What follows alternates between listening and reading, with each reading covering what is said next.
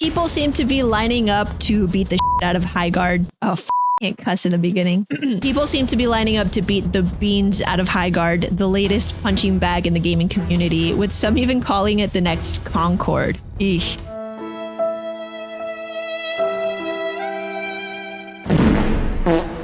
To add even more spice to the wound, the devs have seemingly forgotten that they were releasing a game until about yesterday. Oh shit, my bad. That's coming out today. Matter of fact, it's been about 15 seconds since I started this video, and I've talked about Highguard more than the devs have talked about it in the last month. I'm not just covering the game today because the lore goes so much deeper than that, so stick around because we're going to be talking about all of the reasons why everyone's hating on Highguard. What's up, guys? My name is Goo. I make commentary style videos on the latest games releasing, and today we're talking about the free-to-play game that smeared a little dookie stain on Jeff Keighley's reputation. Imagine you as a regular Joe Schmo like myself gets invited to a professional sports game. It doesn't matter what sport. As soon as you get there, your buddy gets handed a mic and says, "Ladies and gentlemen, get ready to listen to one of the most impressive, incredible voices of this generation singing the national anthem," and then hands you the mic. Unless you're Adele, you're gonna be shitting your pantaloons. I for sure would not do well in that situation. Positive if I tried to sing right now, you guys would unsubscribe and then call the cops. But that's basically what Jeff Keighley did to Highguard. He killed them. No. Unsubscribed, called the cops. Our final world premiere comes from 61 members of the team that built Apex Legends and Titanfall. 4 years ago, the principals founded a new independent studio with the hopes of pushing the shooter genre forward with a new original game. The power of independent, self-published studios to push this medium forward is a growing and I think positive theme in our industry. So tonight, you're not only gonna get the announcement of the game, but also your first look at the gameplay. I've played it. After you see this trailer, I think you're gonna want to as well. Shield breaker forming.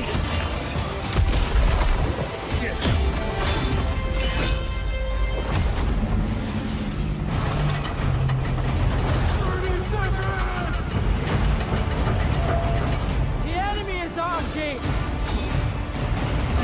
I'm coming for you. Marking baddies from above.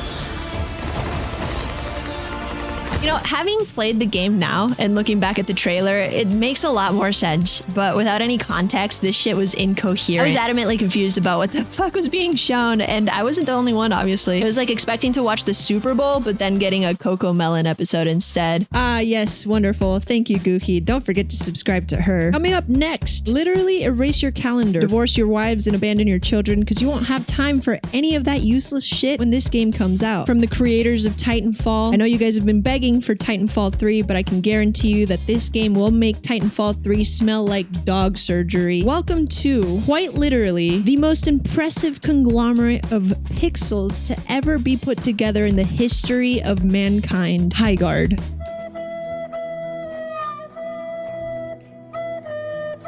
Jeff Keighley doubled, tripled, and quadrupled down on the game even after the overwhelmingly negative reception. He became the game's sole marketer because the development studio disappeared and moved to the Bermuda for the time being. And now knowing the context behind what happened, it was kind of fucked up in my opinion. Initially, the game was never supposed to be announced. Their plan was to follow the marketing behind Apex Legends, which was wildly successful, mostly due to the shadow drop and pay a bunch of streamers to play the game strat. In an interview with PC Gamer, the Wildlight Entertainment Studio's CEO said, "Jeff's a friend of the studio. He came in and played the game a couple times and loved it. So he said, look, I'd love to do something different and put an indie studio and free-to-play game up here and put it in the show." Along with some other quotes that showed that the Game Awards push was Jeff's idea. I don't necessarily think he held the gun to their heads and strong-armed them to do this against their will, because at the end of the day, here's a ridiculous amount of exposure for your game. Who wouldn't jump onto that peen the first chance they get? But he definitely planted a seed which was against their initial gut, I guess. And from what they made it seem, it was a little last minute. Who knows? Who knows the timeline? I don't really know. But they put together a trailer that wasn't really up to par with what they actually wanted to showcase. But the developers going dark and leaving for milk and never coming back was them trying to basically stick to what they were originally planning for the game. So I don't know why Mr. Keighley kept beating the dead horse with overhyping and nonstop posts about Highguard. It almost feels like it was going against their wishes at that point, because he was trying to stick it to people criticizing the game and whatnot. It just seemed like it was doing more harm than good at that point. Public reception since this release has been not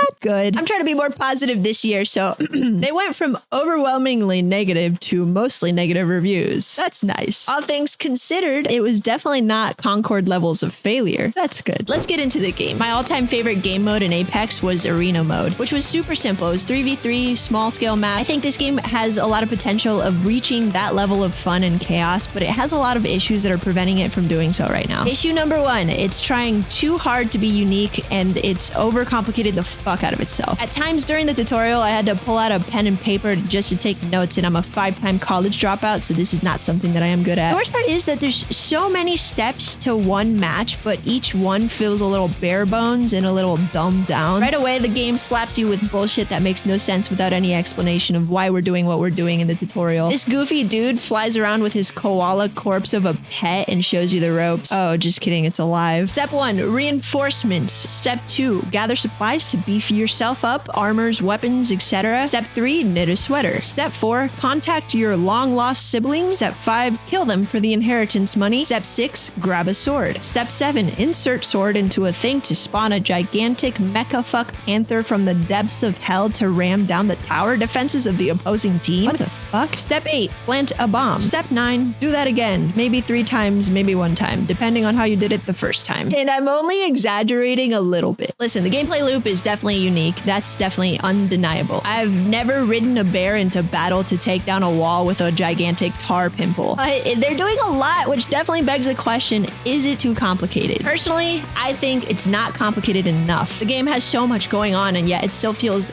naked. For example, the reinforcement stage is like your tower defense stage, but your only real option for defenses is to take a wall and paint it black. In theory, it makes it stronger, reinforcing it, but in practice, it doesn't make the slightest bit of difference. It's the most pointless shit I've ever done in my entire life, especially given the fact that there's a lot of character abilities that completely just counter walls specifically. Imagine if they added turrets or minions or mines or anything really that helps defend the walls. I think it would have made this part of the game a lot more viable and fun and interesting, not just Fred the Carpenter reinforcing the walls with a fresh coat of paint. Then you go into the gathering stage, and the map is huge for the 3v3, which I honestly understand. It's a big critique point for a lot of people reading through the reviews and stuff, but it's a siege game where you're supposed to be gathering and prepping for the big battle, not necessarily fighting the enemy team just yet, unless you happen to encounter them out in the world. But there's very little going on around the map that makes it not worth exploring. Aside from a random supply drop every now and then, I guess, which is cool because you get to fight the enemy team for it if they go for it too. That's really it. You can just grab crystals and then buy everything from the store at your own pace. There's no NPCs, there's no side objectives, there's no oomph to this pumpkin that makes it worth fucking. I haven't had the opportunity to play with friends yet because I don't have any, but I do think with a fair amount of communication, this could be a really fun team experience. But for now, it seems like everybody just wants to fuck off and dilly-dally in their own adventures until it's time to either attack or defend the base. I know I'm slapping this game silly right now with a bunch of critiques, but it actually is not as bad as people are making it seem. I've had my fun with it, and honestly, I believe it's got a ton of potential. What saves it from being absolutely doomed, in my opinion, is the gunplay. It's solid, it's got different guns, they all have a different feel, and they have the appropriate recoil, the movement isn't horrible, and the addition of the mount is actually pretty good, as much as I want to talk shit about it for getting around the map and even shooting from. The mount choices, though, being bears and horses with this futuristic slash hell slash magic world, it seems like they threw up on their idea board and then just kind of kept it, but at least it plays well. This game could have the greatest comeback story since No Man's Sky if it capitalizes on the press that it's getting right now and grinds out a big middle finger's worth of content within the next coming year. They said, quote, "Launch is a huge moment, but our team builds franchises that stand the test of time, and we're in this for the long haul." Another article also stated that the core gameplay content, including new maps, bases, wardens, and modes, will always be free, delivered through regular updates with the first arriving 2 weeks after launch. The studio added that all in-game purchases are cosmetic only, direct purchases only, with no effect on the gameplay and no loot boxes or RNG, which is wonderful. 20 out of 20. Fuck what everybody's been saying about this game. Let me suck on this dev's dick. been getting really pressed about pay to win, pay for convenience, microtransaction bullshit lately. Let me just take a step back. Anyway, they released a bit of content on launch. Honestly, I think they could have done a little bit more instead of just one game mode and then a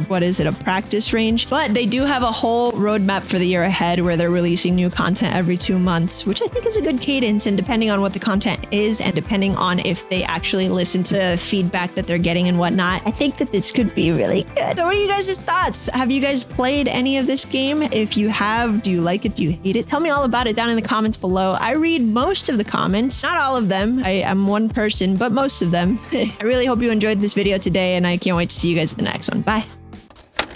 Battlefield 6 made a big splash back in October when it first released. Meanwhile, Call of Duty was looking a little rough around the edges. It made no splash at all. Matter of fact, there was no water in that pool. All of that was covered right here in this video, and